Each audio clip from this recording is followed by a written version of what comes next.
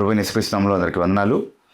దేవుని వాక్యం నుండి మనము యోహాను సువార్త 6వ అధ్యాయము మొదటి 21 వచనాలు ఈరోజు మనము ధ్యానించుకుంటాం. The first 21 verses of John chapter 6.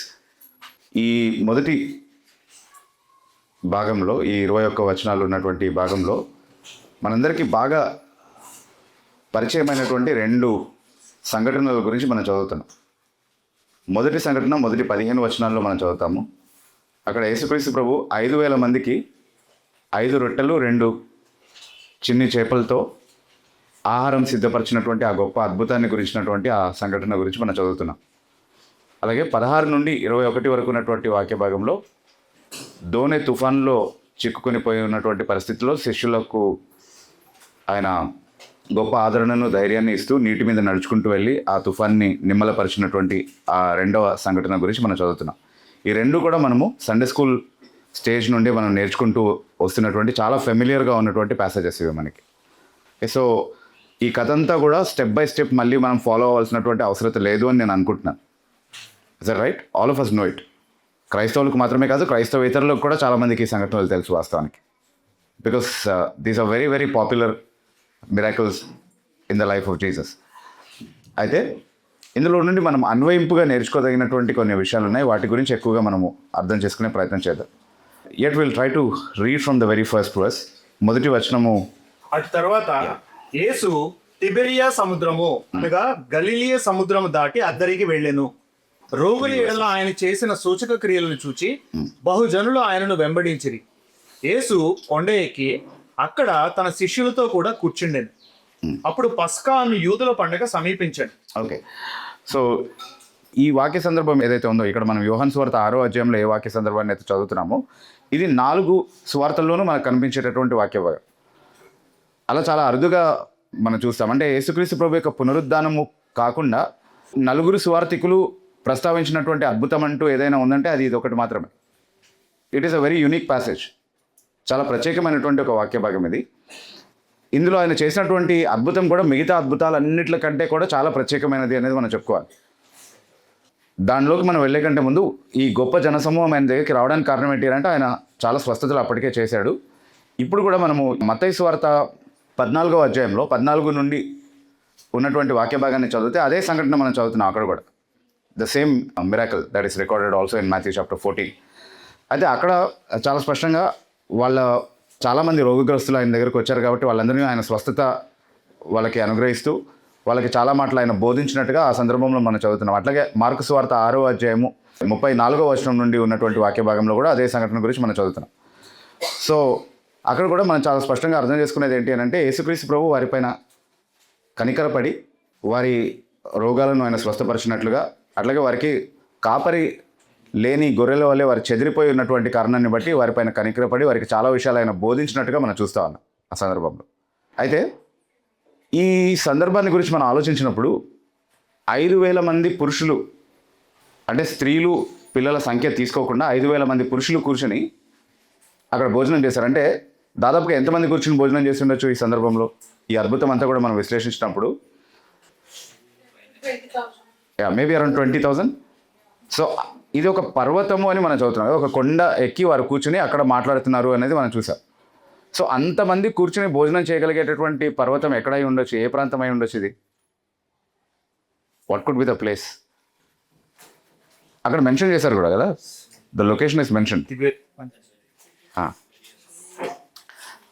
So ఈ రోజుకి కూడా మనము వెరిఫై చేసుకోగలిగేటటువంటి ఒక వాస్తవం ఏంటి అంటే, గలిలియా సముద్రము యొక్క ఈశాన్య ప్రాంతంలో బెత్సైదాకు దగ్గరగా, అంటే ప్రాచీన బెత్సైదాకు దగ్గరగా ఉన్నటువంటి ఆ కొండలో చాలా మైదానపు ప్రాంతాలు ఉన్నాయి.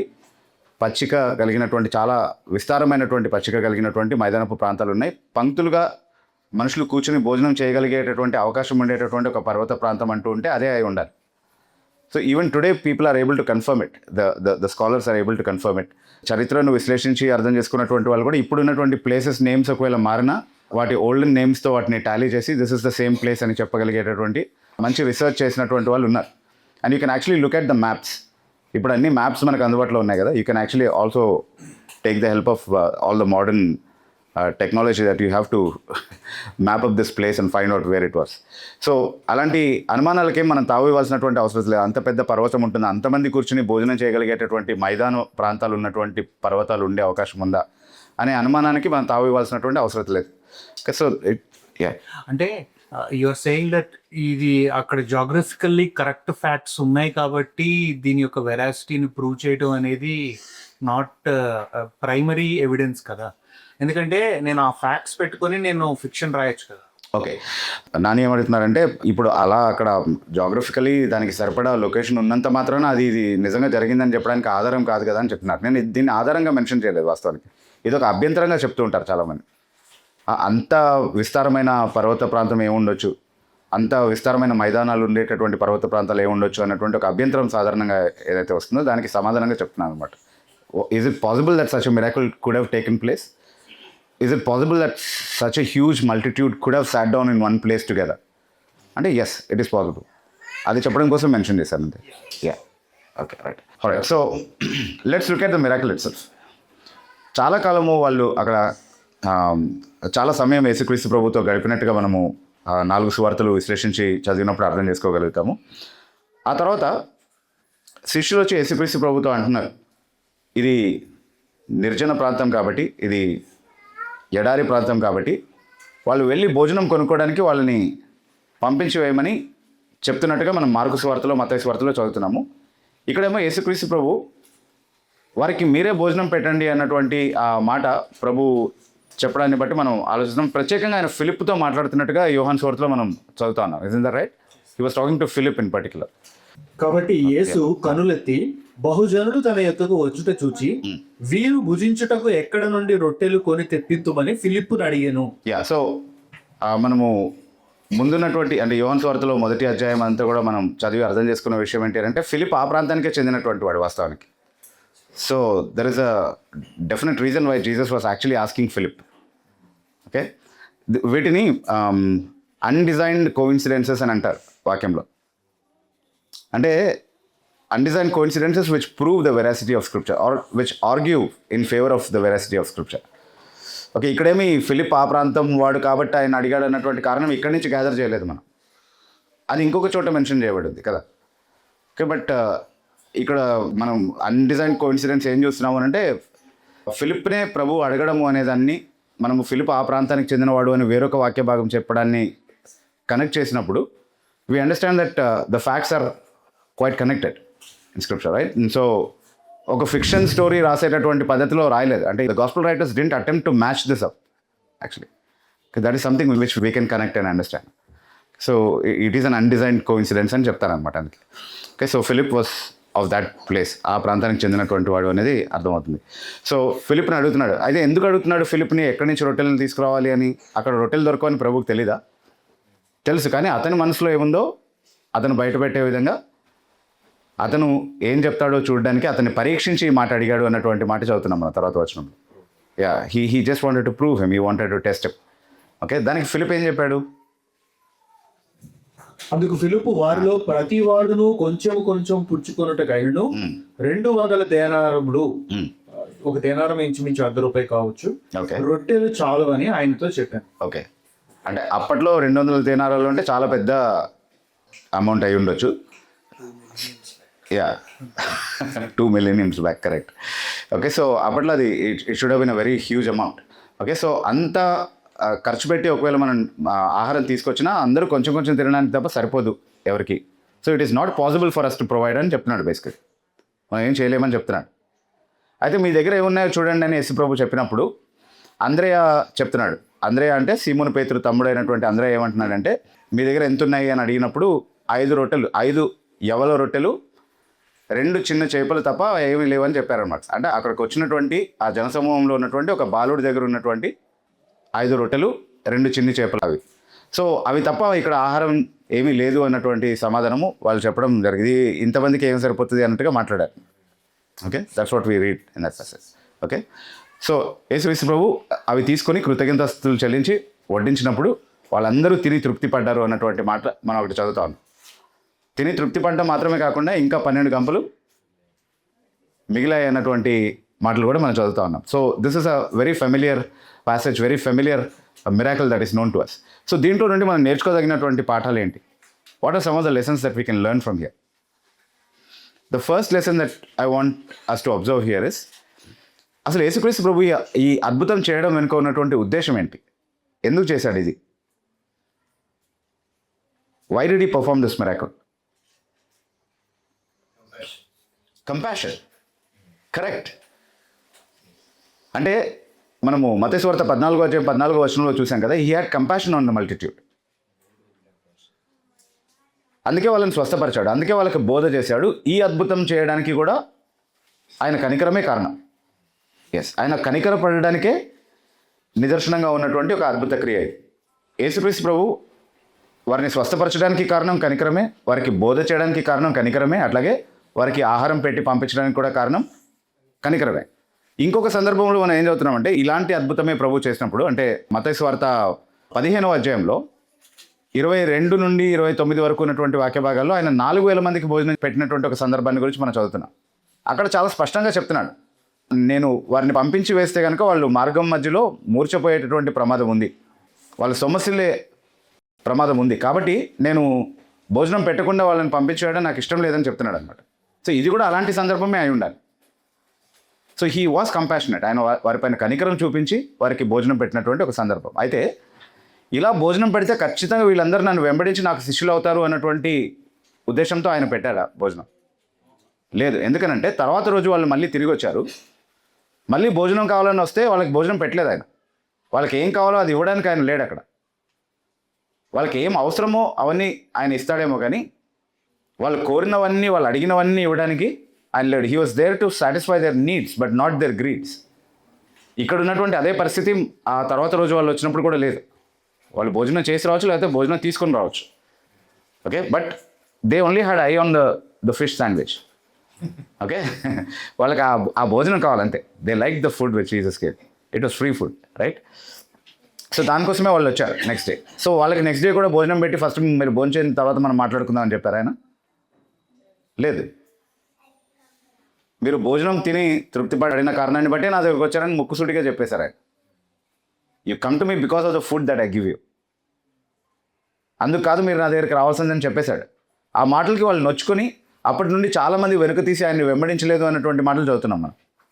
సో యేసుక్రీస్తు ప్రభుకి ఈరోజు వాళ్ళకి భోజనం పెట్టేటటువంటి సమయంలో, రేపు వాళ్ళతో నేను మాట్లాడినప్పుడు ఈ పర్యవసానానికి దారితీస్తుంది ఆ చర్చ అంతా కూడా. వాళ్ళందరూ నన్ను విడిచిపెట్టి వెళ్ళిపోతారు, తర్వాత ఎప్పుడు నన్ను వెంబడించరు అన్నటువంటి విషయం ప్రభుకి తెలుసా తెలీదా? తెలుసు. He knows that this is going to be the outcome of what ever he's going to do with this crowd కదా. వాళ్ళకి ఆయన భోజనం పెడితే వాళ్ళు ఆయన శిష్యులై ఆయన్ని వెంబడిస్తారు అన్నటువంటి ఉద్దేశంతో ఆయన చేయలేదని చెప్పడానికి నిదర్శనం ఏంటి అంటే, వాళ్ళందరూ ఆయన్ని విడిచిపెట్టి వెళ్ళిపోయేటటువంటి వారే అని ఆయనకు తెలుసు. అయినప్పటికీ కూడా వారికి భోజనం పెట్టాడు. It was shear compassion, purely out of compassion. ఈరోజు యేసుక్రీస్తు ప్రభువును వెంబడించేటటువంటి వారు కూడా సమాజానికి మేలు చేయడానికి, అవసరతలో ఉన్నటువంటి వారి పట్ల కనికరం చూపించి జాలిపడి మనం చేయగలిగిందల్లా వాళ్ళ కోసం చేయగలగడానికి స్ఫూర్తి ఎక్కడి నుంచి వచ్చింది క్రైస్తవ సమాజానికి అని అంటే, యేసుక్రీస్తు ప్రభు దగ్గర నుంచి వచ్చింది. He is our example, he is our motivation to do good to people. మనం పోయిన వారం కూడా చెప్పుకున్నాం కదా, అపోస్తుల కార్యములు 10వ అధ్యాయంలో 38వ వచనంలో ఆయన మేలు చేయుచు సంచరించాడు అన్నటువంటి మాట చదువుతున్నాం. సో ఆయన ఎలా మేలు చేశాడంటే, ఆయన సామర్థ్యం కొలది ఆయన చేశాడు. అద్భుతాలు చేసేటటువంటి సామర్థ్యం ఆయనకు ఉంది కాబట్టి అద్భుతకరంగా వాళ్ళ అవసరతలు తీరుస్తూ, వాళ్ళని స్వస్థపరుస్తూ ఆయన మేలు చేస్తూ సంచరించాడు అన్నటువంటి విషయాలు మనం సువార్తల్లో చదువుతున్నాం. అయితే ఆయన మాదిరిని వెంబడించేటటువంటి మనం, ఆయన ఆదర్శాన్ని పాటించేటటువంటి మనకు సహజాతీతమైనటువంటి సామర్థ్యాలు లేకపోవచ్చు ఈరోజు. We may not have extraordinary abilities to perform miracles. So అద్భుతాలు చేసి, స్వస్థతలు చేసి, ఇతరుల అవసరతలు తీర్చేటటువంటి సామర్థ్యం మనకు లేకపోవచ్చు, కానీ కొన్ని సహజ సామర్థ్యాలు ఉన్నాయి మనకి. With all the limitations we have, ఎన్ని పరిమితులు ఉన్నా సరే కొన్ని సహజ సామర్థ్యాలు అయితే మనకు ఉన్నాయి. ఎంతో కొంత అయితే ఇతరులకు సహాయపడగలిగేటటువంటి సామర్థ్యం దేవుడు అందరికీ ఇచ్చాడు. ఆర్థికంగా కావచ్చు, లేకపోతే ఇతరులకు సహాయం చేసేటటువంటి మంచి ఆరోగ్యం కావచ్చు, బలం కావచ్చు. You need all of that, right? Strength, money, time, everything, knowledge, wisdom. So అవన్నీ దేవుడు మనకి ఇచ్చాడు. అవన్నీ మనం వినియోగించి ఈ లోకానికి మేలు చేసేటటువంటి వారిగా ఉండాలి. ఎందుకంటే మన ప్రభువు కూడా అలాగే జీవించాడు కాబట్టి. మనం ఆయనలాగా జీవించాలి కాబట్టి మనం మేలు చేయాలి. అయితే is it always so that people might be converted to Christianity? అంటే ఓన్లీ ఇవాంజలిస్టిక్ ఆపర్చునిటీ ఉన్నప్పుడు మాత్రమే, సువార్థీకరణ చేసేటటువంటి అవకాశం ఉన్నప్పుడు మాత్రమే మనం ఇతరులకు మేలు చేయాలా, లేకపోతే ఎల్లప్పుడూ మేలు చేయాలా? ఎల్లప్పుడూ మేలు చేయాలి.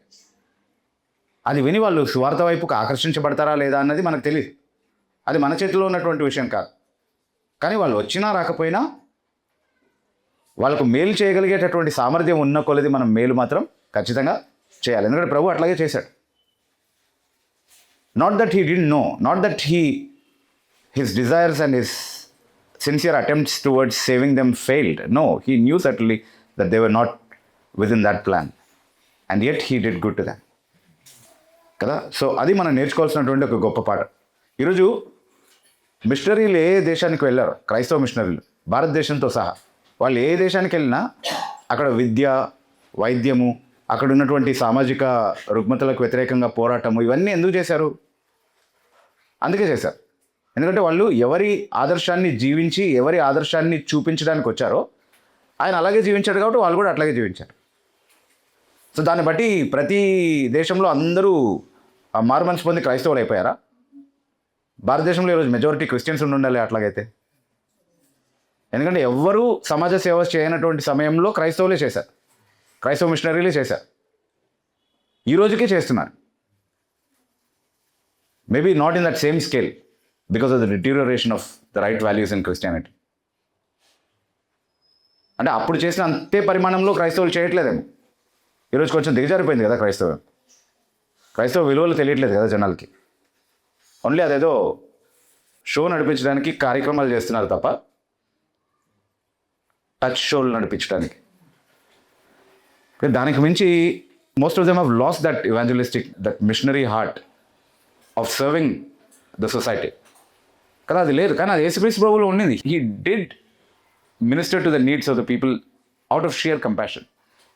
కేవలం కనికరం చూపించడం కోసం, కేవలం వారి అవసరత తీర్చడం కోసం ప్రభు స్పందించినటువంటి సందర్భాలు ఉన్నాయి. అయితే దీన్ని చూసి, అంటే ఇప్పుడు క్రైస్తవులు కూడా అలాగే జీవించడం చూసి చాలామంది క్రైస్తవం పైన చేసే ఒక ఆరోపణ ఏంటి అని అంటే, క్రైస్తవులు ప్రలోభ పెట్టి మత మార్పిడి చేస్తారు, ఇతరులను ఆకర్షించి, అంటే మంచి చేసి లేదా మేలు చేసి దాన్ని ఆసరా చేసుకుని, దాన్ని ఆధారం చేసుకుని, అంటే ఇతరుల అవసరతల్ని ఆధారం చేసుకుని వాళ్ళని మత మార్పిడి చేసేటటువంటి ప్రయత్నం చేస్తున్నారు. ఇది ప్రలోభ పెట్టి మత మార్పిడి చేయడం అనేటటువంటి ఆరోపణ చేస్తూ ఉన్నారు, విచ్ ఇస్ నాట్ ట్రూ. మనం మేలు చేస్తున్నాం అన్నది వాస్తవమే. అయితే మనం చేసేటటువంటి మంచిని చూసి కొంతమంది క్రైస్తవులు ఇంత మేలు చేయగలిగితే కనుక వాళ్ళకి ఆ మంచి నేర్పించినటువంటి ప్రభు ఎంత మంచివాడై ఉంటాడో అని ప్రభు వైపుకి ఆకర్షించబడడం కూడా వాస్తవమే. కానీ ప్రలోభ పెట్టి వాళ్ళని మత మార్పిడి చేయాలన్నది క్రైస్తవుల ఉద్దేశం కాదు. ఎందుకంటే మనం పెట్టేటటువంటి ఆహారం కోసం వాళ్ళు వస్తే అది నిజమైనటువంటి మారు మనసు కాదు అని బైబిల్ మనకు నేర్పిస్తుంది. కాబట్టి మనం చేసేటటువంటి మేలు కోసం వాళ్ళు వస్తే, విద్య కోసమో వైద్యం కోసమో వస్తే కనుక అవి వాళ్ళకి ఇస్తాం మనం, కానీ వాటి కోసమే మన దగ్గరకు వస్తే అది నిజమైనటువంటి మారు మనసు కాదు. వాళ్ళేం క్రైస్తవులు అయిపోయినట్టు కాదు. అలా వస్తే యేసుక్రీస్తు ప్రభు కూడా అంగీకరించలేదు వాళ్ళని. అయితే ఇప్పుడు ఆ ఆరోపణ ఉంది కాబట్టి మనం మంచి చేయడం ఆపేద్దామా? అంటే మీరు ప్రలోభ పెట్టి మతం మారుస్తారు అన్నటువంటి ఆరోపణ ఉంది కాబట్టి మనం మేలు చేయడం ఆపేద్దామా? No, we will continue to do good, because that's all we know. అదే మా ప్రభు మాకు నేర్పించాడు కాబట్టి మేము అదే చేస్తాం. అంత ప్రలోభ పెట్టి మత మార్పిడి ఆపాలని మీకు ఉద్దేశం ఉంటే కనుక ఫస్ట్ ఒక న్యాయస్థానాన్ని ఆశ్రయించి ప్రభుత్వం మీద చర్య తీసుకోండి. ఎందుకంటే ఈరోజు ప్రలోభ పెట్టి మత మార్పిడి చేసేది ప్రభుత్వమే. ఏ ప్రభుత్వమైనా సరే, ఒక పార్టీని ఏమనట్లేదు. ఏ ప్రభుత్వం అధికారంలో ఉన్నా వాళ్ళు చేసేది అదే. ఎందుకు? వాళ్ళు ఏం చెప్తున్నారు, వాళ్ళు ఏం చేస్తున్నారు మొదటి నుంచి కూడా వాగ్దానాలు చేయడం మాత్రమే కాదు, మత మార్పిడి చేయడం. అంటే ఇప్పుడు మీరు ఎస్సీ కమ్యూనిటీ నుంచి వచ్చినటువంటి వాళ్ళైతే మీరు హిందూగా ఉంటే మాత్రమే మీకు ఎస్సీ ప్రయోజనాలు వస్తాయి. ఒకవేళ మీరు క్రైస్తవం తీసుకుంటే కనుక, క్రైస్తవ మతంలోనికి వెళ్తే కనుక ఎస్సీ ప్రయోజనాలన్నీ మీరు కోల్పోతారు. అన్నప్పుడు ఎవరు ప్రలోభ పెడుతున్నారు ఇక్కడే ఉండమని? ప్రయోజనాలు చూపించి మరి ఎవరు ప్రలోభ పెడుతున్నారు? ప్రభుత్వమే.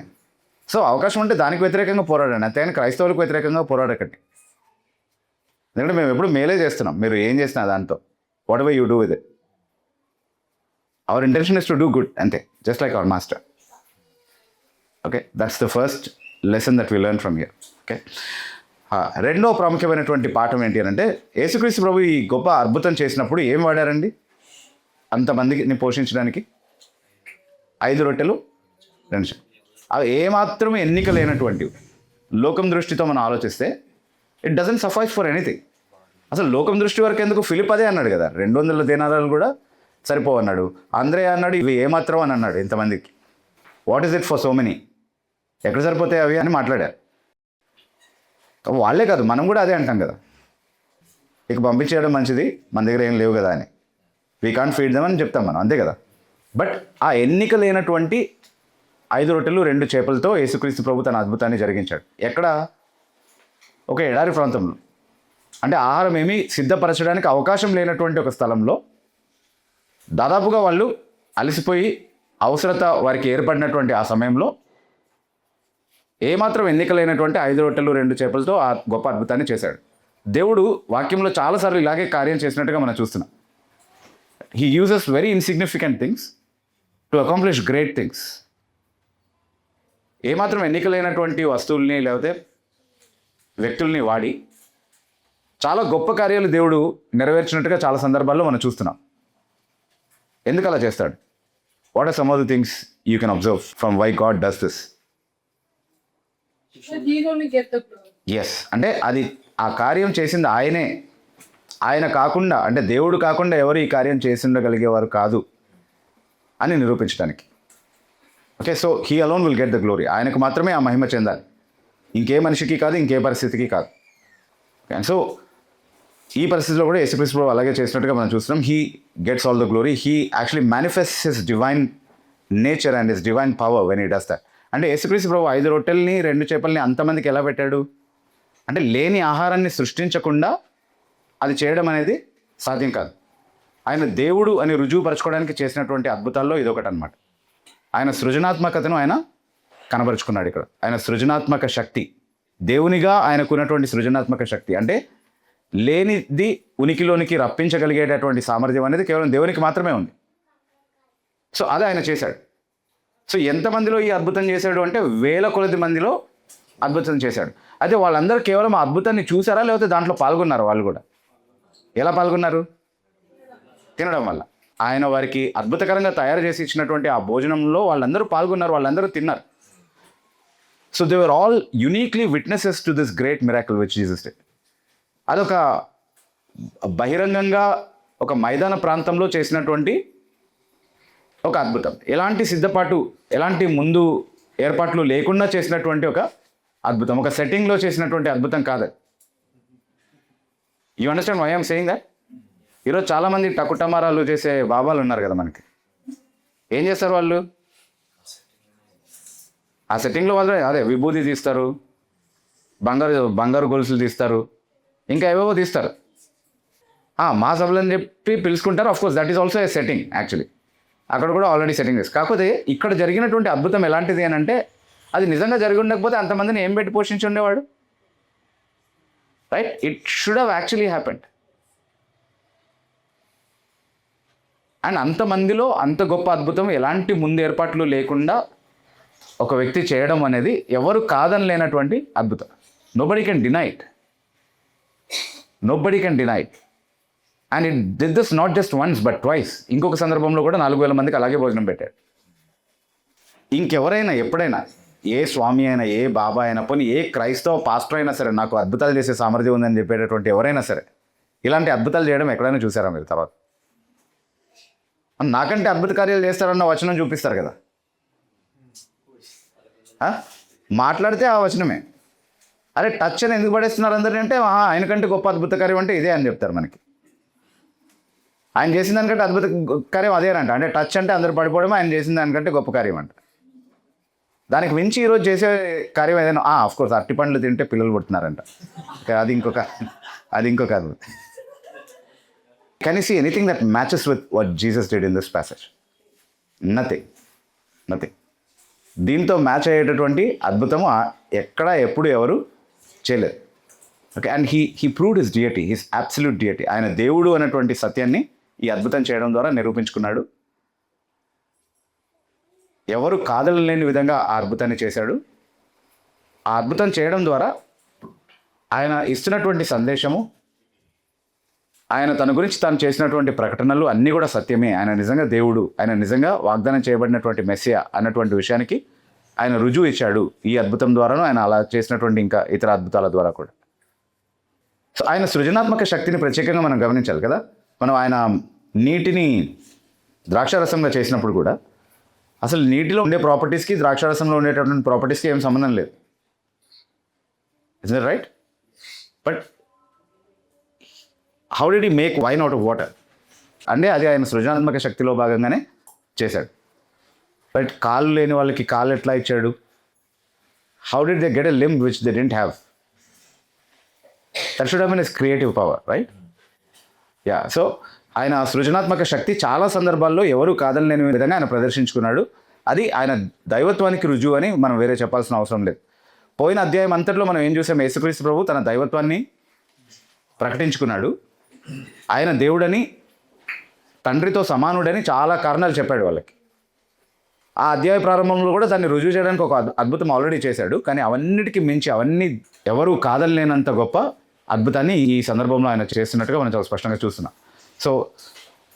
So with an insignificant thing as 5 loaves and 2 small fish, he performed a great work by which he proved his deity. Okay, అది రెండోదిగా మనం నేర్చుకునేటటువంటి పాఠం. ఎస్, అంటే దీనిలో నుండి మనం అన్వయింపుగా మనం ఎంత బలహీనమైనా సరే దేవుడు యేసుక్రీస్తు ప్రభు మనల్ని ఆయన వాడుకోగలడు అన్నటువంటి ఆ పాఠాన్ని మనం తీసుకోవచ్చు అంటే డెఫినెట్లీ తీసుకోవచ్చు. ఆయన కార్యం చేసింది అదే, నేను స్టార్టింగ్లో అదే చెప్పాను. I just mention it in passing. నేనేమన్నానంటే చాలా ఎన్నిక లేని వస్తువుల ద్వారా, చాలా ఎన్నిక లేని వ్యక్తుల ద్వారా ఆయన చాలా కార్యాలు చేశాడని చెప్పాను. సో వాస్తవానికి ఆయన ఈ రోజు వరకు, ఈ 2000 సంవత్సరాల వరకు ఈ సంఘాన్ని, ఈ జనరేషన్ వరకు కూడా, ఈ తరం వరకు కూడా కొనసాగిస్తూ తీసుకురావడానికి ఎవరిని వాడుకున్నాడు సాధనాలుగా? అంటే మీలాంటి మాలాంటి బలహీనులైనటువంటి వ్యక్తుల్ని వాడుకున్నాడు. రాజులు, చక్రవర్తులు, చాలా పలుకుబడి ఉన్నటువంటి మనుషులు కాదు సంఘాన్ని నిలబెట్టింది. It was insignificant people like you and me. And what could we have done? మనం ఏం చేయగలిగే వాళ్ళం? ఏమీ చేయగలిగే వాళ్ళం కాదు. ఆయన చేతిలో మాత్రమే మన శక్తి కలిగినటువంటి ఉపకరణాలుగా వినియోగించబడ్డాం. కాబట్టి ఆయన పరిచర్లో మనం వాడబడ్డాం. Okay, and that's what he continues to do. He uses weak people. Yeah, he has chosen the base things of the world. చాలా స్పష్టంగా ఉంది కదా ఆ వాక్యం, మనం చదువుకోవచ్చు. 1 కొరింథీ పత్రిక 1వ అధ్యాయంలో. You can read it probably. నేను 1 కొరింథీ పత్రిక 1వ అధ్యాయం 26 నుంచి 29 వరకు ఉన్నటువంటి వాక్య భాగం. సహోదరులారా, మిమ్మును పిలిచిన పిలుపును చూడుడి. మీలో లోకరీతిని జ్ఞానులైనను, గనులైనను, గొప్ప వంశం వారైనను అనేకులు పిలువబడలేదు. కానీ ఏ శరీరియు దేవుని ఎదుట అతిశయింపకుండానట్లు జ్ఞానులను సిగ్గుపరచుటకు లోకముల నుండి వెర్రి వారిని దేవుడు ఏర్పరచుకొని ఉన్నాడు. బలవంతులైన వారిని సిగ్గుపరచుటకు లోకములో బలహీనులైన వారిని దేవుడు ఏర్పరచుకొని ఉన్నాడు. ఎన్నికైన వారిని వ్యర్థం చేయటకు లోకములో నీచులైన వారిని, తృణీకరింపబడిన వారిని, ఎన్నిక లేని వారిని దేవుడు ఏర్పరచుకొని ఉన్నాడు. Yes, okay, so that's very plain. Speak for itself. So 5,000 మంది పురుషులు భోజనం చేశారు. పురుషులు మాత్రమే ఇక్కడ మెన్షన్ చేయబడ్డారు. కానీ మత్తయి మనకు చాలా స్పష్టంగా ఏం చెప్తున్నాడంటే స్త్రీలను, పిల్లల్ని లెక్క తీసుకోకుండా 5,000 మంది పురుషులు అని. అందుకే 20,000 దాకా మంది కూర్చొని తినొచ్చు అని మనం అనుకుంటున్నాం అట్లా. సో అంతమందిని ఎట్లా లెక్క పెట్టి ఉంటారు? ఎప్పుడైనా ఆలోచించారా? ఇది అంతా అతిశయోక్తి. ఊరికనే ఏదో నంబర్ చెప్పేశారు, ఏదో అందాజ్. ఓకే, దాదాపుగా 5,000 మెంబర్స్ ఉండొచ్చు అని అనుకోవచ్చా? పంక్తుల లెక్కలో కూర్చున్నప్పుడు ఒక్కొక్క పంక్తిలో 50 మంది, ఒక పంక్తిలో 100 మంది వేసి కూర్చున్నారు అని రాయబడింది అక్కడ చాలా స్పష్టంగా. మార్కులోను మత్తయిలోను మనం పోల్చి చదివినప్పుడు they sat in rose with definite numbers. So ఆ రోస్ కౌంట్ చేయడం అంత కష్టమేం కాదు. Is that right? Yeah, so that's how they knew the number. Okay, so దాంట్లో అభ్యంతరంగా చెప్పడానికి ఏం లేదు. తర్వాత అందరూ తిన్న తర్వాత ఎన్ని గంపలు మిగిలాయి? Is there some significance to that number? అట్లేం లేదు. తర్వాత 7 గంపలు మిగిలిన సందర్భం ఉంది. కాబట్టి ప్రతిదానికి ఏదో ఒకటి ఉండాలని ఏమో రూల్ ఏమీ లేదు. Okay, yeah, 27. మరి యేసు ప్రభు ఫాస్టింగ్.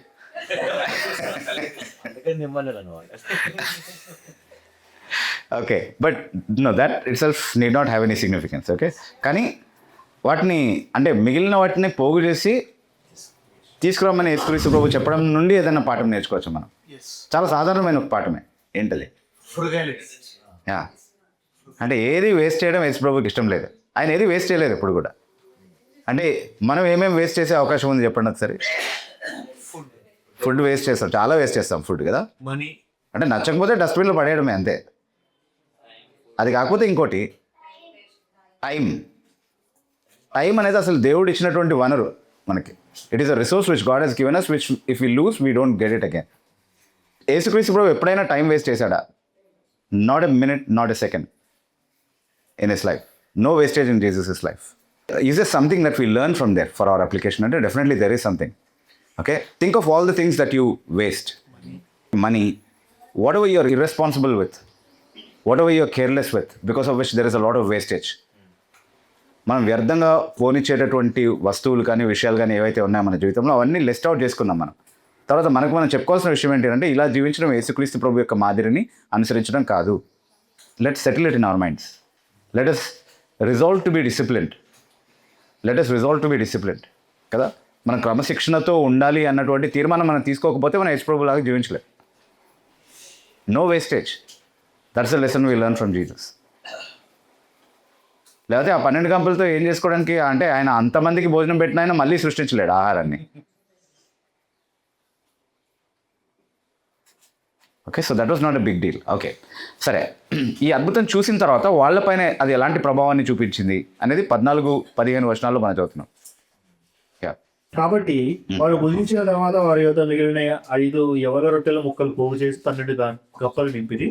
ఆ మనుషులు యేసు చేసిన సూచక క్రియను చూచి నిజముగా ఈ లోకమునకు రాబో ప్రవక్త ఈయనే అని చెప్పుకునేది. Okay, continue reading. రాజుగా చేయుటకు వారు వచ్చి తనను బలవంతముగా పట్టుదనబోచున్నారని యేసు ఎరిగి మరలా కొండకు ఒంటరిగా వెళ్ళి. ఓకే, సో ఈ లోకంలోనికి రానయ్యున్న ప్రవక్త ఈయనే అని చెప్పుకున్నారంటే ఆ రానయ్యున్న ప్రవక్త ఎవరు? మెస్సియా. మోషే వాగ్దానం చేసినటువంటి లేదా మోషే ద్వారా దేవుడు ప్రవచించినటువంటి ఆ మెస్సియా. అది మెస్సియాకు సంబంధించినటువంటి ప్రవచనం. అంటే నా వంటి వేరొక ప్రవక్తను మీకు పంపిస్తాడు అని. సో ఇశ్రాయేలీలు ఎదురు చూసినటువంటి ఆ ప్రవక్త ఆయనే. సో లోకంలోనికి రానయ్యున్న ప్రవక్త ఈయనే అని వాళ్ళు నమ్మగలిగారు.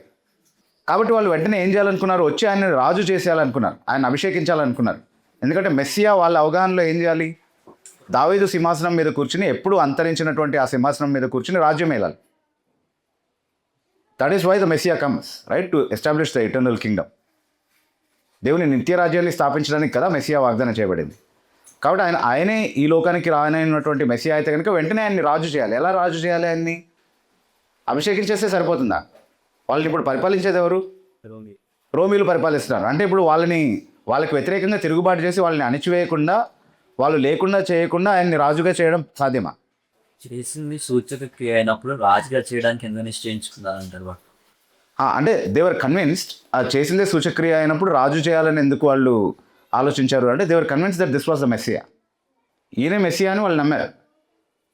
అయితే ఆయన మెస్సియాని నమ్మితే ఆయన్ని హత్తుకొని ఆయన్ని వెంబడించాలి కదా. ఆయన ఎక్కడికి పోతే అక్కడే ఆయనతో ఉండాలి కదా, చివరి వరకు అదే ఆ సమర్పణ వాళ్ళలో కనిపించి ఉండాలి కదా అన్నటువంటి ప్రశ్న రావచ్చు మనకి.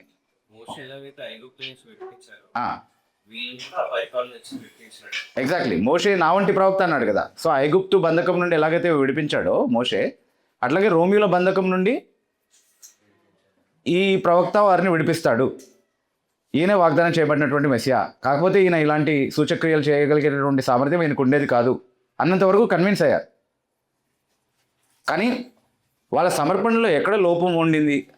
ఎందుకు వాళ్ళు యేసుక్రీస్తు ప్రభుతో కొనసాగలేకపోయారు అంటే వారికి అసలు లేఖనాల జ్ఞానమే సరిగ్గా లేదు. లేఖనాల సమగ్ర జ్ఞానం వారికి లేదు. ఎందుకంటే లేఖనాల్లో నుండి వారు మెస్సియాని సరిగ్గా అర్థం చేసుకుని ఉంటే, మెస్సియా గురించి చెప్పబడినటువంటి విషయం ఏంటి? ఆయన రాజు అయ్యే కంటే ముందు ఏమవ్వాలి? వారి యాజకుడు అవ్వాలి. వారిని పరిపాలించే ముందు వారికి ఆయన పరిచర్య చేయాలి. వారి పాపాలను ఆయన కడిగి వేసేటటువంటి బలియాగం వారి కొరకు ఆయన నిర్వర్తించాలి. లోకపాపం మోసుకొని పోయే దేవుని గొర్రెపిల్లగా దేవునికి వారికి మధ్యలో సమాధానం కలగజేసేటటువంటి యాజకుడిగా ముందు ఆయన అవ్వాలి. అందుకే దానియేలు గ్రంథం 9వ అధ్యాయం 26వ వచనం మనం చదివినప్పుడు మెస్సియా మొదట నిర్మూలన చేయబడాలి అన్నటువంటి మాట మనం చదువుతున్నాం. The messiah must first be cut off. So మొదట మెస్సియా నిర్మూలన చేయబడక ముందే ఆయన రాజు అవ్వడం అనేది సాధ్యం కాదు. ఎందుకనంటే ఒకసారి మెస్సియా రాజుగా దావీదు సింహాసనాన్ని అధిష్ఠిస్తే అది నిత్యము ఉండాల్సినటువంటి రాజ్యం, దానికి అంతం ఉండదు కదా. సో ఆయన సింహాసనం మీద కూర్చున్న తర్వాత కొట్టివేయబడితే ఆ రాజ్యానికి అంతరాయం వచ్చినట్టే కదా. సో అంతరాయం కలగకుండా స్థిరంగా ఉండేటటువంటి నిత్య రాజ్యాన్ని మెస్సియా పరిపాలించాలంటే ఆయన కొట్టివేయబడాలన్నటువంటి ఆ ప్రవచనం ఆయన రాజు అవ్వక ముందే నెరవేరాలి. ఆయన కొట్టివేయబడిన తర్వాత కూడా, ఆయన నిర్మూలం చేయబడిన తర్వాత కూడా ఆయన రాజు అవుతున్నాడంటే దాని అర్థం ఏంటి? ఆయన చనిపోయి మళ్ళీ సజీవుడిగా తిరిగి లేవాలన్నటువంటి భావం అందులో ఉంది. They didn't understand all of that. Not only they but even his disciples didn't understand all of that. వాళ్ళకి మెస్సియా గురించినటువంటి ఒక అసమగ్రమైనటువంటి అవగాహన ఉంది. సో ఈ మెస్సియా వచ్చేసాడు కాబట్టి ఇంక ఈయన మన సింహాసనం మీద కూర్చోబెట్టేయచ్చు, రోమిల బంధకం నుండి ఈయన మనల్ని విడిపిస్తాడు అన్నటువంటి కన్క్లూజన్స్కి వాళ్ళు వచ్చేసారు. ఓకే, అయితే యేసుక్రీస్తు ప్రభు ఆయన ఎందు నిమిత్తం వచ్చాడో, ఆయన ఎలా చేయబోతున్నాడో, ఆయన రాజుగా ఎలా పరిపాలించాలన్నటువంటి ప్రణాళిక కలిగి ఉన్నాడు అన్నటువంటి విషయాలు ఆయనకు చాలా స్పష్టంగా తెలుసు. ఆయన వారి రాజుగా ఉండడానికి వారి సహాయం ఆయనకు అవసరం లేదు. Is that right? He didn't need their help to become their king, because he was already their king whether they knew it or not. ఆయన వారి రాజే, వారు ఒప్పుకున్నా లేకపోయినా. భవిష్యత్తులో కూడా వాళ్ళు ఒప్పుకున్నా లేకపోయినా ఆయన వాళ్ళ రాజుగా ఉండి వాళ్ళ మీద ఆయన పరిపాలన చేయబోతున్నాడు. ఆయన మీద మాత్రమే కాదు, ఈ ప్రపంచం అంతటి మీద కూడా తన సర్వ సృష్టి మీద ఆయన రాజుగా ఏలబోతున్నాడు అన్నది వాస్తవమే. Whether they like it or not, whether somebody cooperates or not, it is all immaterial. So ఆయనకు వాళ్ళ సహాయం అవసరం లేదు రాజు అవ్వడానికి. అందుకే ఆయన వెంటనే వాళ్ళు వచ్చి ఆయన్ని రాజుగా చేయబోతున్నాడు అని తెలుసుకున్నప్పుడు ఏం చేశాడు? ఈరోజు నాకు కావాల్సిన అవకాశం రానే వచ్చింది. Now the people are on my side and I can become their king అని అనుకున్నాడా? లేదు. He knows when he will be a king and he knows what he was suppose to do now to fulfil the will of his father. So అంది వచ్చిన ప్రతి అవకాశాన్ని చేజిక్కించుకోవడం అనేది మన పిలుపులో భాగం కాదు అనేది మనం గుర్తుపెట్టుకోవాలి. దేవుడు దేని నిమిత్తం మనల్ని పిలిచాడో, ఎలా జీవించాలని ఉద్దేశించాడో ఆ విషయాలను అర్థం చేసుకుని జీవించడం అనేది యేసుక్రీస్తు ప్రభువులాగా జ్ఞానయుక్తంగా జీవించడం. లోకం ఇచ్చేటటువంటి అన్ని అవకాశాలని మనం తీసుకుంటూ వెళ్ళాలి అన్నది కాదు మనం యేసుక్రీస్తు ప్రభువు దగ్గర నుండి నేర్చుకున్నది. The world affords so many opportunities which can actually divert us from our calling.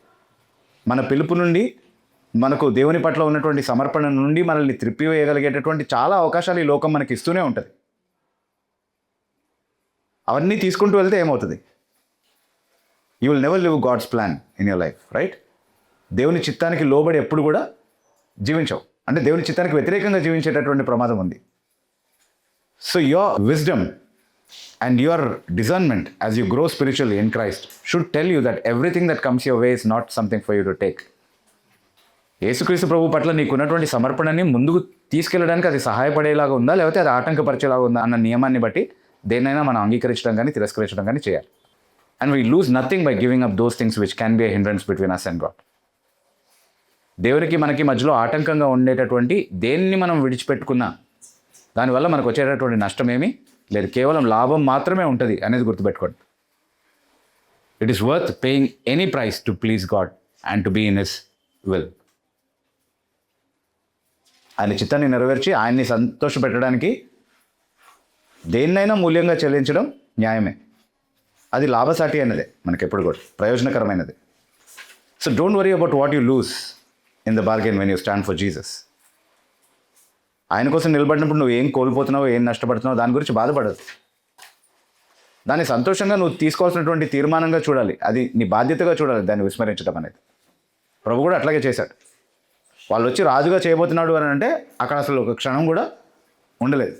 వాళ్ళు వెళ్ళిపోయిన తర్వాత జనసమూహాన్ని ఆయన పంపించి వేసి తన శిష్యుల్ని కూడా అక్కడ ఉండనివ్వకుండా ఈ వాక్య భాగంలో మనం ఏం చెబుతున్నామంటే వాళ్ళు సముద్ర తీరానికి వెళ్ళారు, దోణి ఎక్కారు, కపెర్నహూము వైపుకి ప్రయాణం ప్రారంభించారని మనం చదువుతున్నాం ఇక్కడ. కానీ మత్తయి, మార్కు ఇద్దరు కూడా రాసినటువంటి విషయం ఏంటంటే అద్దరికి వెళ్ళమని యేసుక్రీస్తు ప్రభు వారిని బలవంత పెట్టాడు అనే మాట రాశారు. He compels them to go the other side. He didn't allow them to stay there. తనకంటే ముందుగా అద్దరికి వెళ్ళాలని వారిని బలవంతం పెట్టను అని చదువుతున్నాం మనం. So he compel them, he sent them. వెంటనే జనసమూహాన్ని పంపించి వెంటనే అక్కడి నుంచి వెళ్ళిపోయి he sense the danger of being there. Okay, so తర్వాత ఆయన ఏం చేశాడు, ఆయన వాళ్ళతో పాటు వెళ్ళలేదు. ఆయన ఒంటరిగా కొండెక్కి ప్రార్థన చేశారు. ఆల్రెడీ కొండ మీదే ఉన్నారు కదా, కొండ మీద ఒక మైదాన ప్రాంతంలో కూర్చుని ఉన్నారు వాళ్ళు. ఇంకా పైకి ఎక్కాల్సినటువంటి ప్రదేశాలు ఉండుండొచ్చు ఆ కొండలో. కాబట్టి ఆయన మళ్ళీ కొండెక్కి ఒంటరిగా రాత్రంతా ప్రార్థన చేశాడు అని మనం చూస్తున్నాం. రాత్రి వేళలో ప్రార్థన చేశాడు. All night prayer. All night prayers మనం చేయాలంటే మనకు ఒక గొప్ప మ్యూజిక్ కన్సర్ట్ కావాలి, ఎంటర్టైన్మెంట్ కావాలి, చాయ్ కావాలి, చర్చ్ అంతా కావాలి. Please don't condemn T at least. Okay okay, సంఘం అంతా ఉంటేనే ఆల్ నైట్ ప్రేయర్ అవుతుంది మనకి. కానీ ఒంటరిగా ఆల్ నైట్ ప్రేయర్ చేయడం అనేది ఎప్పుడైనా తెలుసా మనకి? అట్లా ఎప్పుడైనా చేసామా? చేయకూడదు, అట్లాగా చేయలేము. దట్స్ అ ప్రాబ్లం కదా. ఆల్ నైట్ ఇంకేదైనా చేయొచ్చు, కానీ ఆల్ నైట్ ప్రేయర్ చేయడం అనేది ఇట్స్ బిగ్ ఛాలెంజ్ కదా. అంటే ఇప్పుడు యేసుక్రీస్తు ప్రభు చేశాడు కాబట్టి నేను కూడా ఆల్ నైట్ ప్రేయర్ చేస్తేనే నేను క్రిస్టియన్ అని నేను చెప్పట్లేదు. That's not what. నువ్వు పోయి అలాగున చేయమని ఏం లేదు అక్కడ. ఆయన శిష్యులు కూడా ఎప్పుడు అలా చేసినట్టుగా మనం ఎక్కడ చదవం వాస్తవానికి. They would have done it, but it's not recorded anywhere, right? And so it's a good thing to do what Jesus did, right? It's a good thing to do what Jesus did. There's no arguing against it. Yeah, so ఆయన అలా ప్రార్థన చేయగలిగాడు అని అంటే I think it's a good discipline to cultivate, to pray for long hours. అంటే రాత్రే మెలుకుని ప్రార్థన చేయాలని కాదు, నిద్ర ఆపుకుంటూ కష్టపడి అట్లాగే ప్రార్థన చేస్తేనే దేవుడు వింటాడని అనే నియమం ఏమీ లేదు. కానీ it's a good thing to pray for long hours in the presence of God. Yesu ప్రభు అట్లా చేశాడు. And so let us learn to spend time alone with God. Let us learn to spend that quiet time with God. Quiet time అంటే ఇది actually. Quiet time అంటే ఇప్పుడు నేను చదువుతున్న వాక్యం నుంచి దేవుడు నాతో ఏం మాట్లాడుతున్నాడు అని వెతకడం కాదు. Quiet time is quietly spending time in the presence of God, praying to him. Okay, so Yesu ప్రభు అది చేశాడు. ఓకే, సో ఈ మధ్య ఏం జరిగింది, వీళ్ళు దోణిలో వెళ్తున్నప్పుడు ఒక గొప్ప తుఫాను ఆ సముద్రాన్ని అల్లకల్లోలంగా మార్చేసింది. అప్పటి వరకు ప్రశాంతంగా ప్రయాణం చేసినటువంటి వాళ్ళు భయపడ్డారు, అవిశ్వాసానికి తావిచ్చారు. అవిశ్వాసానికి తావిచ్చారన్నమాట ఎందుకు చెప్తున్నా నేను తర్వాత చెప్తాను. ఓకే, ఇంకా అయిపోయింది మా పని అని అనుకున్నారు. ఎంత ప్రయత్నించినా అద్దరికి చేరుకోలేకపోయారు వాళ్ళు. ఆ తుఫాను నిమ్మలం అయ్యేటటువంటి ప్రసక్తే లేదన్నట్టుగా కనబడతా ఉంది. When you compare it with other gospels, అంటే మత్తయి, మార్కు రాసినటువంటి విషయాలను బట్టి చూసినప్పుడు వాళ్ళు ఎంత ప్రయత్నించినా they could not row and find the shore. Okay, అలాంటి పరిస్థితిలో తుఫాన్లో ఓడ చిక్కుకుపోయి వాళ్ళు భయపడుతున్నటువంటి ఆ సందర్భంలో I think one of the gospel writers ఇది మాథ్యూ హూ రైట్స్ అంతటా చీకటి ఆయను అన్నటువంటి మాట చదువుతాము. ఇక్కడే ఉందనుకుంటా, యోహాన్లోనే. Yeah, it was dark. Yeah, అంతటా చీకటి ఆయన, కానీ యేసు వారి వద్దకు ఇంకా రాలేదు. వారు చీకట్లో ఉన్నారు, తుఫాన్లో ఉన్నారు, యేసు లేనటువంటి పరిస్థితిలో ఉన్నారు. Okay, and Jesus was away from them. And then we see that great miracle. యేసుక్రీస్తు ప్రభు నీటి మీద నడుచుకుంటూ వెళ్ళి తుఫాన్ని ఆయన నిమ్మలపరిచి సముద్రాన్ని శాంతింపజేసినట్టుగా తర్వాత వాళ్ళతో కలిసి దోణెక్కి వెళ్ళినట్టుగా మనం చదువుతా ఉన్నాం. This is the second incident that we read in this passage. అంటే రెండవ గొప్ప అద్భుతాన్ని ఈ సంఘటనని మనం ఇక్కడ చదువుతున్నాం ఈ వాక్య భాగంలో. దీని నుండి కూడా మనం నేర్చుకోదగినటువంటి చాలా గొప్ప పాఠాలు ఉన్నాయి. ఈ సంఘటన మనకు తెలుసు, కానీ అందులో నుంచి మనం అన్వయింపుగా నేర్చుకోదగినటువంటి చాలా పాఠాలు ఉన్నాయి. What is the first lesson that we learn from here? First lesson ఏంటి అంటే, వాళ్ళని అద్దరికి వెళ్ళమని బలవంత పెట్టింది ఎవరు? యేసుక్రీస్తు ప్రభు. సో యేసుక్రీస్తు ప్రభు వారిని పంపిస్తే, బలవంత పెట్టి మరీ పంపిస్తే ఆ ప్రయాణం ఎట్లుండి ఉండాల్సింది? చాలా సాఫీగా సుఖవంతంగా అద్దరికి వెళ్ళిపోయి ఉండాల్సింది వాళ్ళు కదా. కానీ అలా జరిగిందా? అంటే దాన్ని బట్టి మనం ఏం నేర్చుకోవాలి?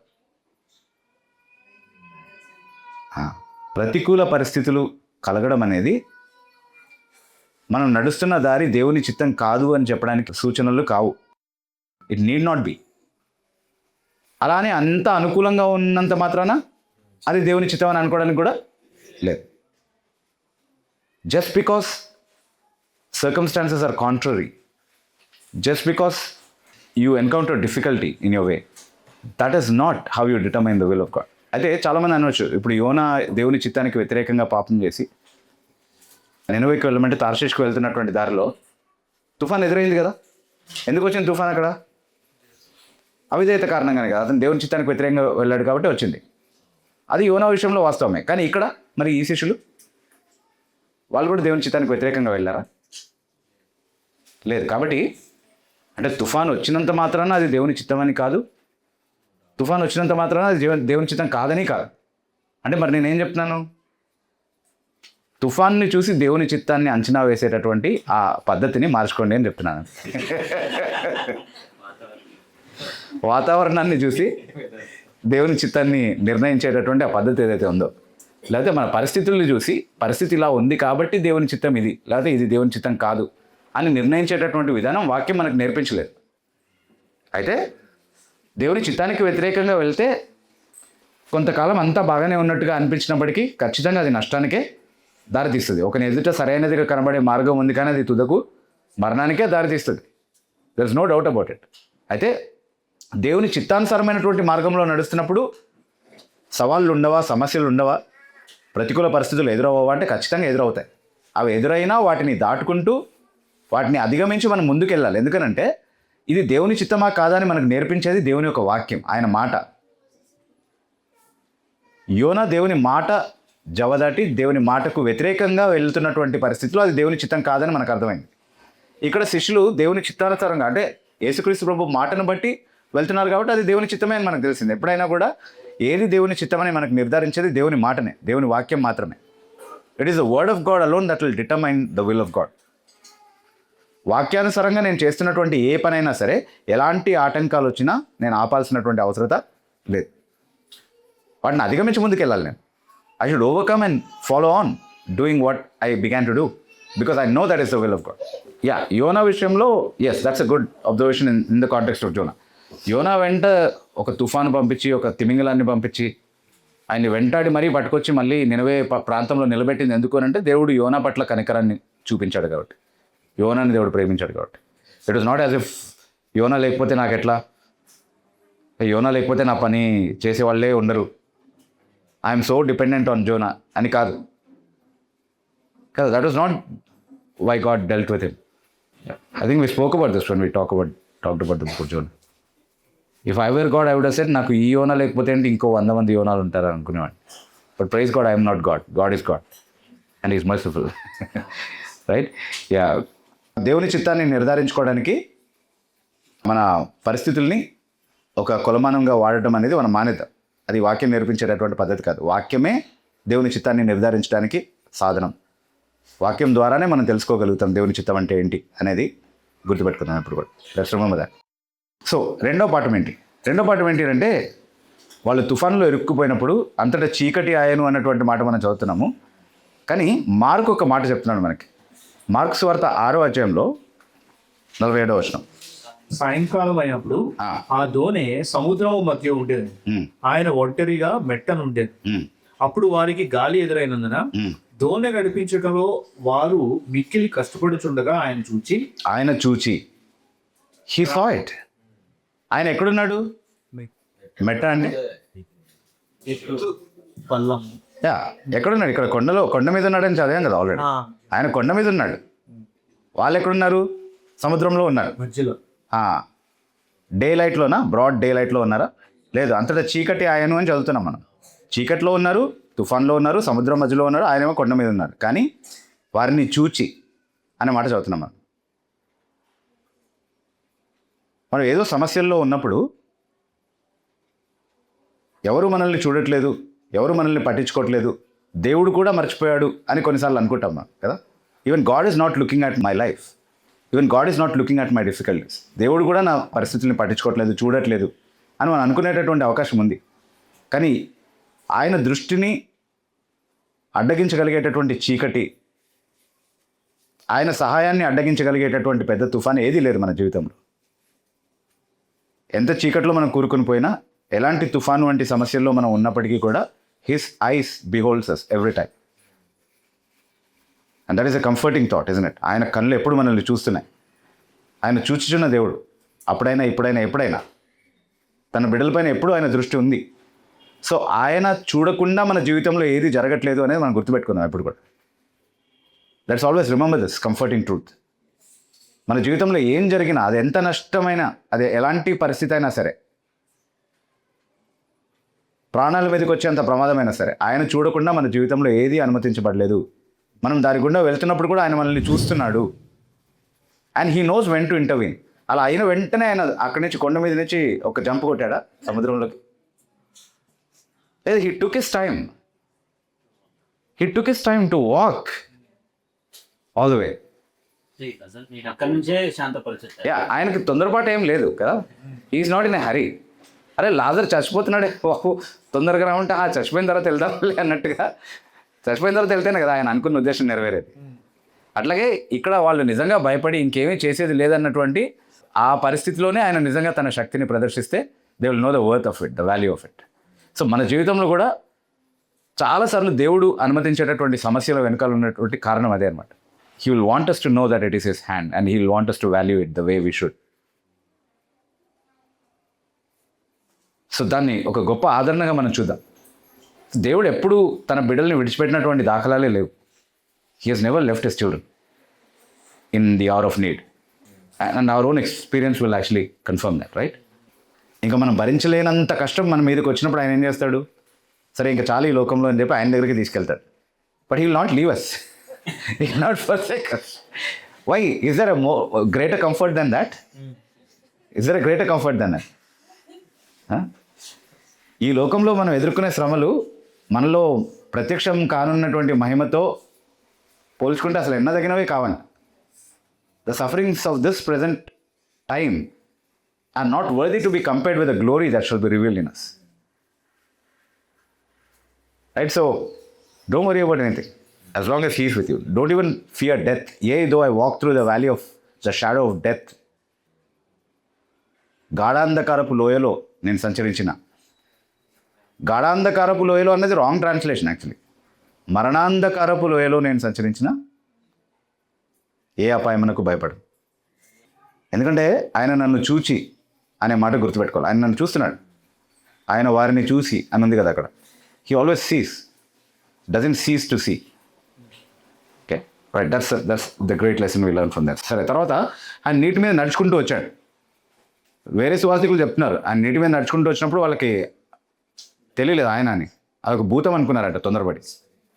They thought it's a spirit, it's a ghost. దయ్యం దయ్యం భూతం భూతం అన్నారు. ఎవరిని అన్నారు? యేసుప్రభుని అన్నారు. అంటే ఉద్దేశపూర్వకంగా అన్నారా? లేదు. అంటే అనుద్దేశపూర్వకంగా ఆయన్ని భూతమని ఒకవేళ ఎవరన్నా పొరబడితే that is not an unpardonable sin, right?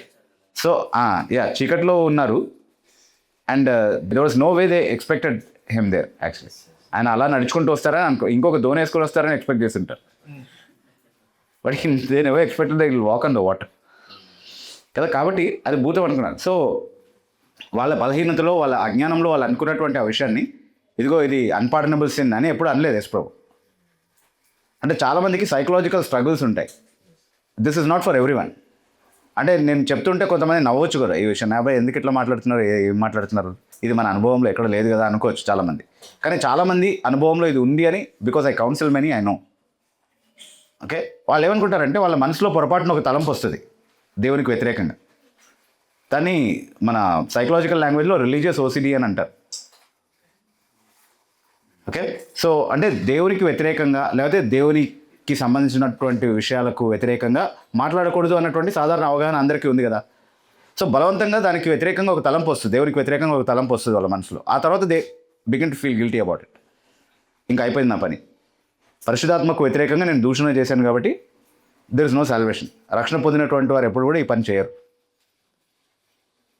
నేను ఇది చేశాను కాబట్టి ఐ హ్యావ్ నో సాల్వేషన్. అట్లా డిప్రెషన్లోకి వెళ్ళిపోయి విశ్వాసం నుండి తొలగిపోయినటువంటి వాళ్ళు కూడా ఉన్నారు చాలామంది. And for their benefit I should mention that this is not blasphemy of the Holy Spirit. అంటే యేసుక్రీస్తు ప్రభు చేసినటువంటి కార్యాలు దయ్యాలకి ఉద్దేశపూర్వకంగా ఎవరైనా ఆపాదించినప్పుడు అది పరిశుధాత్మకు వ్యతిరేకంగా దూషణ అని ఆయనే చెప్పాడు మనకి. కానీ తెలియకుండా యేసుక్రీస్తు ప్రభు విషయంలో అలాంటిది చెప్పినప్పుడు యేసుక్రీస్తు ప్రభునే వాళ్ళు భూతమని పిలిచినా అది పాపంగా ఆయన పరిగణించలేదు అని అంటే, అనుద్దేశపూర్వకంగా మనకి ఇష్టం లేకుండా మన ఇష్టానికి వ్యతిరేకంగా బలవంతంగా వచ్చే తలంపుల విషయంలో ఎప్పుడు కూడా మనల్ని ఆయన ఆ విధంగా చూడడు. అంటే క్షమించరాని పాపం చేసేసారు కాబట్టి ఇంకా వీళ్ళకి రక్షణ లేదు అన్నటువంటి తీర్మానానికి మన విషయంలో ఆయన వచ్చేవాడు కాదు. He knows our heart, he knows that we struggle with it, he knows that we fight against it. So I'm saying this for the comfort of those who have that experience. Okay, anyways that's a lesson in passing. But అది యోహాను సువార్తలో కూడా లేదు ఆ mention, వేరే సువార్తల్లో ఉంది. Alright, తర్వాత చివరిగా ఇంకొక మాట మనం ఇక్కడ గమనించాల్సింది ఏంటి అంటే, యేసుక్రీస్తు ప్రభు తుఫాన్ని నిమ్మలపరిచాడు, శాంతింపజేశాడు అంటే అఫ్కోర్స్ ఆయన సృష్టికర్త అన్నటువంటి ఆధారాన్ని మళ్ళీ చూపించాడు. ఎవరైతే ఆ సముద్రాన్ని సృష్టించాడో, ఎవరైతే ఆ గాలిని సృష్టించాడో ఆయనే మాట్లాడితే అవి వింటాయి, ఆయన మాటకు అవి విధేయత చూపిస్తాయి. They will render obedience to their creator కదా. కాబట్టి ఆ సముద్రాన్ని సృష్టించినటువంటి సృష్టికర్త ఆ సముద్రం మీద నడిచాడు, అది ఆయన్ని ముంచడం దాని తరం కాదు. ఓకే, అట్లాగే ఆగమని చెప్పినప్పుడు ఆయనే వీచమని ఆజ్ఞాపించినటువంటి గాలి ఏం చేస్తుంది? ఆగక కదా. That is his ability as God and ఈ డెమాన్స్ట్రేటెడ్ హిస్ డియటీ. ఆయన తన దైవత్వాన్ని నిరూపించుకున్నాడు. అయితే చివరిగా మనం గమనించాల్సిన ఒక విషయం ఏంటంటే, శిష్యులు ఎందుకు భయపడ్డారు, శిష్యులకు ఎందుకు ధైర్యం లేకుండింది ఈ పరిస్థితిలో అని అంటే, అది వారి అవిశ్వాసం కారణంగానే మనం చెప్పుకోవాలి. ఎందుకంటే అప్పటి వరకు యేసుక్రీస్తు ప్రభువు చేసినటువంటి గొప్ప అద్భుత కార్యాలు వాళ్ళు చూస్తూ వచ్చారు. సో ఈ పరిస్థితిలో కూడా వాళ్ళని పంపించింది ఎవరు? ఆయనే. కాబట్టి ఆయనకు తెలియకుండా ఏది జరగదు, ఏదైనా జరిగినా ఆయన చూసుకుంటాడు అన్నటువంటి ధైర్యం వాళ్ళకు ఉండాల్సింది ఇప్పటికే. But fear is a natural instinct. Though fear is a natural instinct, the scripture doesn't look at it like that. అంటే భయం అనేది సహజంగా కలిగేది కదా, అది ప్రకృతి సహజం కదా అని నాని అంటున్నాడు. కానీ లేఖనాలు అట్లా చూడట్లేదు దాన్ని. ఎందుకంటే చూడండి, మార్కు సువార్త 6వ అధ్యాయంలో 52వ వచనంలో ఒక మాట చదువుతున్నాం మనం. తరువాత ఆయన దోణి ఎక్కి వారి యొద్దకు వచ్చినప్పుడు గాలి అణిగెను. అందుకు వారు తమలో తాము మిక్కిలి దిగ్భ్రాంతి నొంది. అయినను వారి హృదయము కఠినవాయను గనుక వారు రొట్టెలను గూర్చిన సంగతి గ్రహింపలేదు. అయినను is a wrong translation. For అని ఉంది ఇంగ్లీష్ బైబిల్లో. బికాస్, ఏలే అనగా. ఎందుకు వాళ్ళు విభ్రాంతి నొందారు? ఏలే అనగా బికాస్, ఎందుకంటే వాళ్ళ హృదయాలు కఠినపరచబడి రొట్టెల్ని గురించినటువంటి ఆ అద్భుతాన్ని వాళ్ళు నమ్మలేదు. అంతకుముందే చూశారు కదా ఆ గొప్ప అద్భుతాన్ని. అంటే రొట్టెల గురించిన అద్భుతం జరగలేదని కాదు వాళ్ళ ఉద్దేశం, అది జరిగింది. కానీ యేసుక్రీస్తు ప్రభు అన్ని పరిస్థితుల్లో వాళ్ళకు సహాయకుడిగా ఉండడానికి, తుఫాన్ని కూడా నియంత్రించడానికి ఆయన చాలినవాడు అన్నటువంటి విశ్వాసం మాత్రం వారిలో కలగలేదు. ఇంకా ఆ రొట్టెల అద్భుతాన్ని బట్టి, ఆ రొట్టెల అద్భుతం ఎవరు తిరస్కరించలేనటువంటి అద్భుతం. అక్కడ ఉన్నటువంటి జనసమూహమే ఆయన రానై ఉన్నటువంటి ప్రవక్త అన్నటువంటి ఒప్పింపులోనికి నడిపించబడ్డారు. అంటే it was genuine miracle, nobody could deny it. అంటే ఆధారాలు లేక వాళ్ళు నమ్మలేదని కాదు, హృదయ కాఠిన్యాన్ని బట్టి నమ్మలేదు. అది నిజంగా జరగలేదు కాబట్టి నమ్మలేదు అని లేదు అక్కడ. లేకపోతే చాలినంత ఆధారాలు వాళ్ళకి లేదు, వాళ్ళు చూడలేదు కాబట్టి నమ్మలేదని లేదు అక్కడ. They saw it, they know it is true. కానీ వారి హృదయ కాఠిన్యాన్ని బట్టి నమ్మలేదు. అంటే హృదయ కాఠిన్యం అనేది, there is something about this hardness of heart that we should understand కదా. ఎన్నిసార్లు దేవుని కార్యాలు చూసినా మళ్ళీ అనుమానించేటటువంటి ఆ ప్రవృత్తి ఏదైతే ఉందో అది హృదయ కాఠిన్యం నుండి కలిగేటటువంటిది, దేవుని అనుమానించడం నుండి కలిగేటటువంటిది అని గుర్తుపెట్టుకోవాలి మనం. నిజంగా it is very surprising to see that. ఎందుకంటే తర్వాత ఇప్పుడు ఈ మత్తయి సువార్త 14వ అధ్యాయంలో ఈ 5,000 మందికి భోజనం పెట్టినటువంటి అద్భుతాన్ని గురించి చదువుతున్నాం మనం. 15వ అధ్యాయంలో 4,000 మందికి భోజనం పెట్టినటువంటి సందర్భాన్ని గురించి చదువుతున్నాం. 4,000 మందికి భోజనం పెట్టమని వాళ్ళని కూర్చోబెట్టమన్నప్పుడు కూడా అదే ప్రశ్న అడిగారు మళ్ళీ, ఇంతమందికి ఎక్కడి నుంచి తీసుకొస్తాం భోజనం అని. నేను మనం చూడలేదా ఎక్కడి నుంచి తీసుకొచ్చాము? అట్లా తీసుకొస్తాం కదా మళ్ళీ అనే కాన్ఫిడెన్స్ లేదనమాట. ఎందుకు? హృదయ కాఠిన్యం.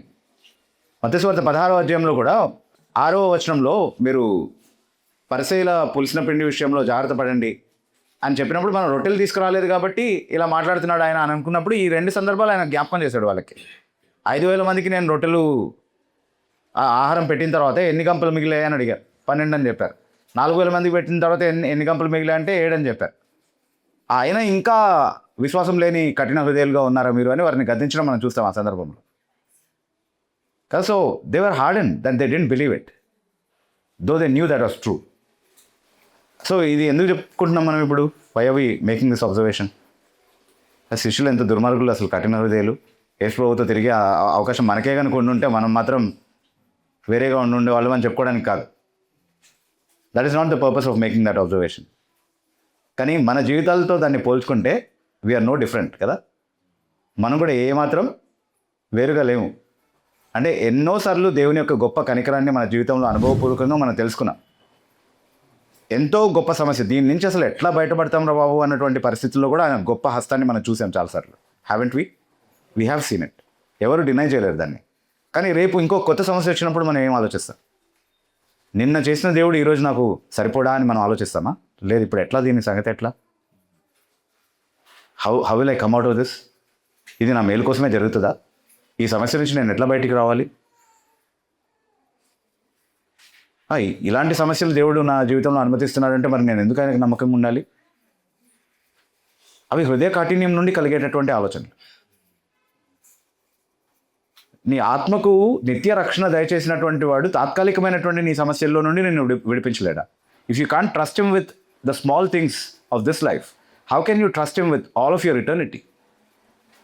నీ ఈ లోకంలో ఉన్న చిన్న చిన్న సమస్యల విషయంలో నువ్వు ఆయన పైన ఆధారపడలేకపోతే, విశ్వాసం కోల్పోతే, నిత్యత్వం అంత విస్తారమైన కాలానికి నువ్వు ఆయన చేతికి ఎట్లా అప్పగించుకున్నావు నమ్మి? Right? It cannot be that you can be a faithful follower of Christ and a good child of God if you don't have enough faith that God can lead you through all circumstances of life. జీవితంలో ఎదురయ్యేటటువంటి ఎలాంటి సమస్యలలో అయినా సరే నిన్న నమ్మకంగా ఉన్నటువంటి దేవుడు ఈరోజు కూడా నమ్మకంగా ఉంటాడు అన్నటువంటి విశ్వాసం మనలో కనబడాలి. అది విఫలమైన ప్రతిసారి మన హృదయ కాఠిన్యాన్ని ఒకసారి మనం గద్దించుకోవాలి. మనల్ని మనం మళ్ళీ యేసుక్రీస్తు ప్రభు యొక్క మంచితనానికి, ఆయన ఇదివరకు మనకు చూపించినటువంటి, రుజువుపరిచినటువంటి ఆయన గొప్పతనానికి, ఆయన మంచితనానికి మనల్ని మనం సమర్పించుకోవాలి. So whenever we fail to do that, there is scope for doubting, there is scope for fear, there is scope for unbelief, and eventually even apostasy sometimes. భయానికి, అనుమానానికి, విశ్వాసలేమికి, విశ్వాస త్యాగానికి కూడా అది నడిపించేటటువంటి ప్రమాదం ఉంది. విశ్వాస త్యాగం అంటే విశ్వాస భ్రష్టత్వం, అంటే విశ్వాసాన్ని వదిలిపెట్టి వెళ్ళిపోవడం. ఇంకా యేసుప్రభు దేవుడు దేమొద్దు. కొంతకాలం మట్టుకి నమ్మి శ్రమల కాలం ముందు తొలగిపోయేటటువంటి విశ్వాసం, అది కూడా జరిగేటటువంటి ప్రమాదం ఉంది. So let us learn from these instances that God who was sufficient until today for us is always sufficient. ఆయన కృప ఎప్పుడు కూడా చాలినది మన కోసం. సో ఎలాంటి తుఫానులో ఇరుక్కుపోయినా, ఎలాంటి అల్లకల్లోలంతో ఉన్నటువంటి సముద్రం మధ్యలో మనం ఉన్నా, యేసుక్రీస్తు ప్రభు మనల్ని చూస్తున్నాడు. ఆయన ఉద్దేశించినటువంటి విధానంలో, ఆయన నిర్ణయించినటువంటి సమయంలో ఆయన కార్యం చేయడానికి సమర్థుడు. అలా నా జీవితంలో చాలాసార్లు చేశాడు కాబట్టి భవిష్యత్తులో కూడా అదే చేస్తాడు, ప్రస్తుత పరిస్థితుల్లో కూడా అదే చేస్తాడు అన్నటువంటి ఆ నెమ్మదిని మనం కోల్పోకుండా ఆయన పైన మనం ఆధారపడడం మనం నేర్చుకోవాలి. So those are some of the general lessons that we learn from this very familiar portion.